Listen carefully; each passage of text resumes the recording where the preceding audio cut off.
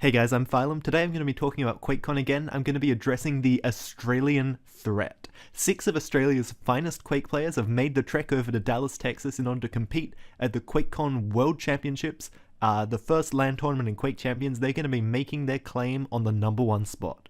Before I talk about these guys, a few quick notes on how this tournament actually works. There were 24 spots that could be qualified for online for this dual tournament. 12 went to North America, 12 went to Europe. None went to Australia, despite Australia's strong performance in Quake, rich history of Quake, and attending numerous online events. We were all a little bit angry about that, but we have been confirmed that we will have spots in 2018 and in the future. There will be an additional 8 spots available on the day at the Bring Your Own Computer competition. This is what Phrase, Steege, Zanaku, Python, and Dirtbox will be attempting to qualify in. Astro Boy already qualified. He made it despite all odds, like 1 in a million chances, played through the qualifiers, played through the regionals, and he secured his own spot at QuakeCon. Python, Steege, and Zanaku all attempted to qualify online as well, but unfortunately none of those guys made it through. Okay, so with that established, let's get into the who's who of this star-studded Australian Quake lineup. Let's start with Phrase, playing for Team Corvidae. He's been the best known name in Australian Quake for the last 2 years, ever since beating Dander King at Sidland 2 in a really convincing show match. Phrase is an aim monster. His fighting skills are right at the top of Australia and absolutely world class. This man hits rockets, this man hits rails, and he has deadly lightning gun. He's so entertaining to watch because of the crazy angles he pulls off, and the man rocketing is like a walking highlight reel. Of the Australians going, I actually think Phrase has played the least Quake Champions. He's busy working now. A lot of his time in Quake Live was played, kind of when he was at uni, when he had all the spare time in the world. But that's not the case anymore. His game knowledge and fighting skills should still carry him through, but if he comes up against top guys like Rafa and Cooler, I think his lack of time in the game is gonna be his biggest obstacle. I don't really know what his opinions on champions are, but I've seen him play a min clutch, and he's gonna be great on vanilla Quake 3 heroes like Ranger and Nyx. Phrase is one of the few Australians who's actually spent time in Europe practicing his game, and he really made a lot of improvements in his time over there.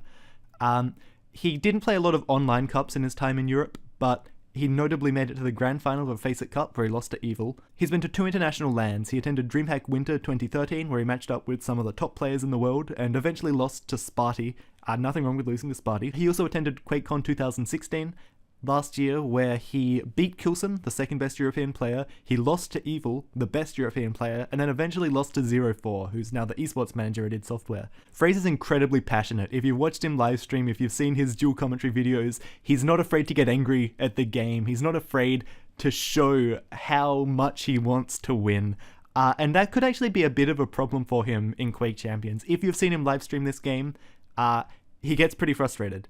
There are lots of little things that seem to eat away at him. On the day, maybe a player getting a kind of lucky Solag kill on him with that acid spit could maybe just tilt him a little bit and really hinder his performance. If Phrase can be strong mentally, he can do really well. Next, we'll talk about Zanaku from Corvidae, and Zanaku's actually the player I know the least about from this lineup. He stopped playing Quake Live around the time I started, and then he's come back in Quake Champions at a time when I'm not dueling very hard.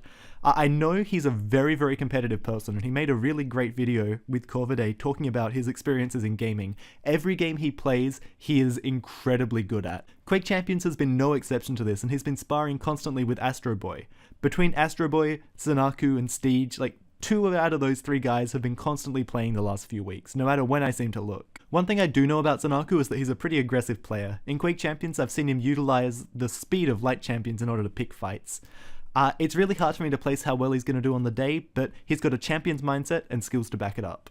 Now onto the legend of Australian Quake, Python, playing for Jam Gaming. Python's been around since the very beginning, since the original Quake Online multiplayer test, all the way to today.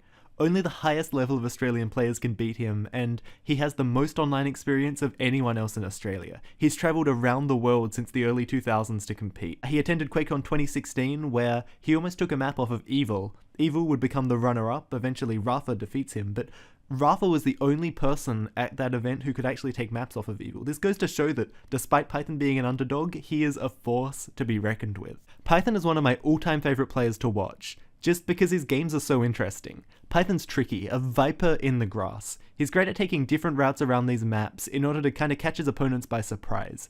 Even on Arrow Walk, a small map where it's hard to do things different, I've seen Python do just some really weird stuff.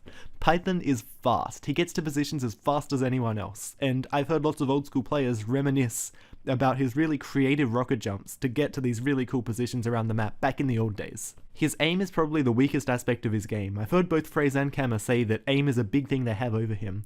That's not to say he's a pushover. Quake Champions is a really rocket-heavy game, so I think that works in his favour. But if Python's going to do well on the day, he needs to rely on his wits and game knowledge rather than just picking lots of crazy fights. Next we have Steege playing for Team Corvidae.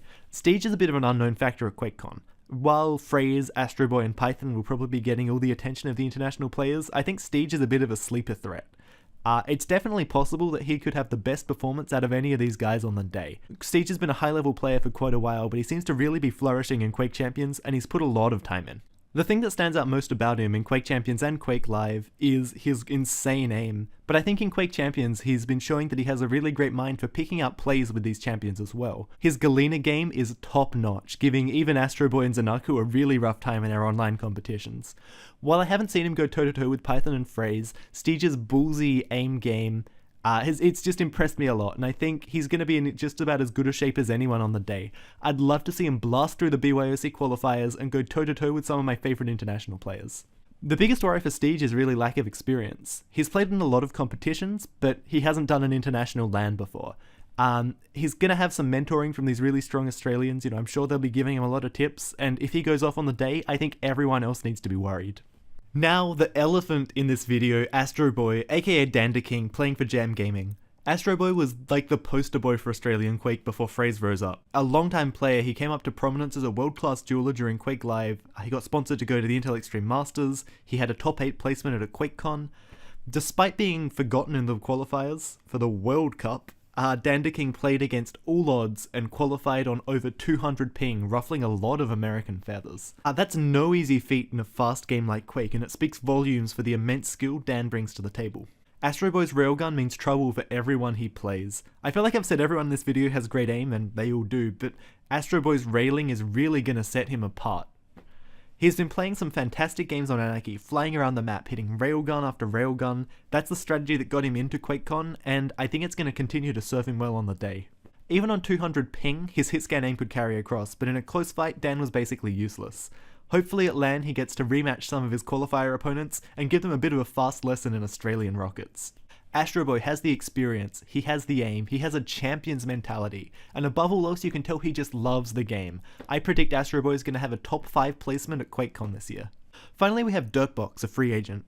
Dirtbox is another player who's been playing Quake since day one, and he's another player who's trained in Europe, but while all these other guys come from a Quake 3 and Quake Live background, Dirtbox comes from Quake World or Quake 1. Over many years, Dirtbox has amassed more hours than I can imagine playing this game. He's actually one of the top Quake World players in the world, and that's not an easy title to come by. Hours and hours of blood and sweat and tears to be even half decent at that game. To compete with the best, you need a level of dedication so far beyond what most people can comprehend. Quake World is a game where every microsecond has to be so tightly optimized. The weapons are so powerful, the armors are so strong, and on top of everything else you have to have this really great intuition and this flair for the game. Dirtbox has beaten all the top Quake World players of this kind of modern era, except for Milton, who Dirtbox claims avoids playing him. And that is such an insane thing to do, because the talent in Quake World is just off the charts. Having mostly a Quake 1 background, Anarchy is Dirtbox's bread and butter, but I think he's very good on Sorlag as well.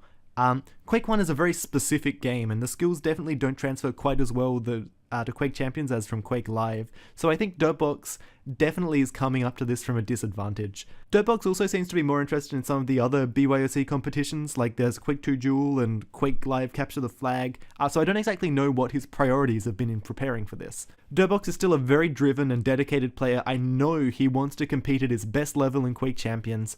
He's made the journey over to America. I definitely rate him a step below these other 5, but he's a really good player, he's put the time in, and I would love to see him do well on the day. These Australians are dangerous men. Python, FaZe, Zanaku, Steege all have a great chance to make it through the BYOC. Dan is already in the main event through some masterful online play. He's ready to smash some skulls. I've linked some interviews down below if you want to learn more about these guys. I don't think there's really too much more to say. Other than Americans and Europeans, you'd better watch out. I've been Phylum, thank you guys for listening, I'll catch you all next time.